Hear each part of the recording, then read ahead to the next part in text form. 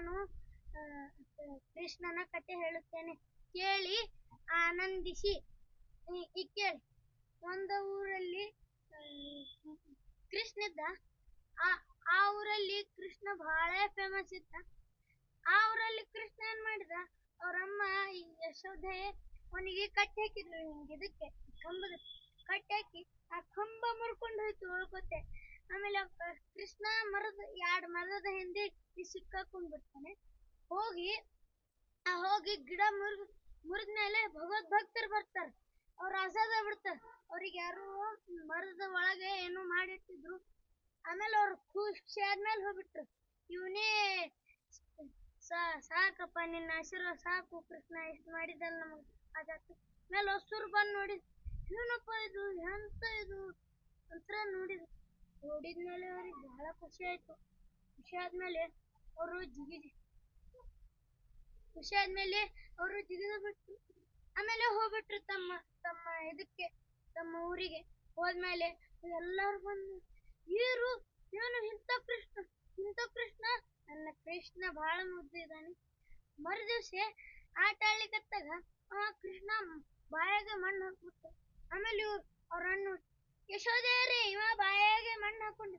ಅವ್ರ ಯಶೋಧೆ ಬಂದ್ ನೋಡಿ, ಬಾಯಿ ತೆಗಿಯಪ್ಪ ಪುಟ್ಟ, ಭೂಮಿನೇ ಇಡೀ ಜಗತ್ತೇ ಅವನ್ ಬಾಯಾಗತ್ತು. ಅವ್ರ ಅಮ್ಮ ನೋಡಿ ತಲೆ ಚಕ್ರ ಬಂದು ಬಿಟ್ಲು. ಆಮೇಲೆ ಎಲ್ಲರೂ ಬಂದು ನೀರುಗ್ಗಿ ಎಬ್ಸಿದ್ರು. ಯಶೋದೆ, ನಿನ್ಗೇನಾಗಿತ್ತು? ಏನೂ ಇಲ್ಲ, ಕೃಷ್ಣನ ಬಾಯಿಗೆ ಇಡೀ ಭೂಮಿನೇ ಬಂದಿದೆ ನೋಡಿ ಅಂತ ಅವನ್ ಬಾಯ್ತಾರೆ.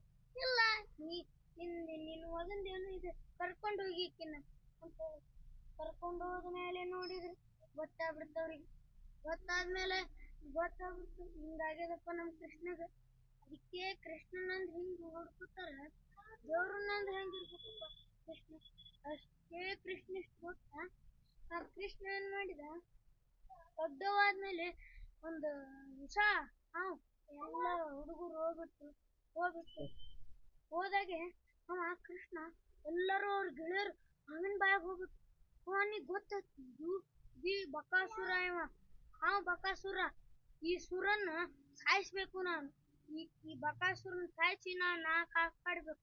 ಕೃಷ್ಣ ಹೋಗ್ಬಿಟ್ಟು ಹುಡ್ಡೋಡ್ಯಾಗ ಆ ರಗತ ಹೊಲಸೆಲ್ಲ ಹಿಂಗ ಹತ್ತಿರಿಷ್ಟು ದೊಡ್ಡ ಲಟ್ಟಾಗಿ ಆ ಹಾವನ್ ಹೊಟ್ಟಿ ಮುರಿದ್ಮೇಲೆ ಎಲ್ಲರೂ ಜೀವ ಎಲ್ಲ ಹೋಗ್ತಿತ್ತು. ನೀರಾಗಿ ಉಬ್ರಿಸಿದ ಕೃಷ್ಣ. ಆಮೇಲೆ ಕೃಷ್ಣನೇ ಕಾಪಾಡಿದ. ಅದಕ್ಕೆ ಕೃಷ್ಣನ್ ಕಥೆ ಕೇಳಿ, like and subscribe, share and like ಮಾಡಿ.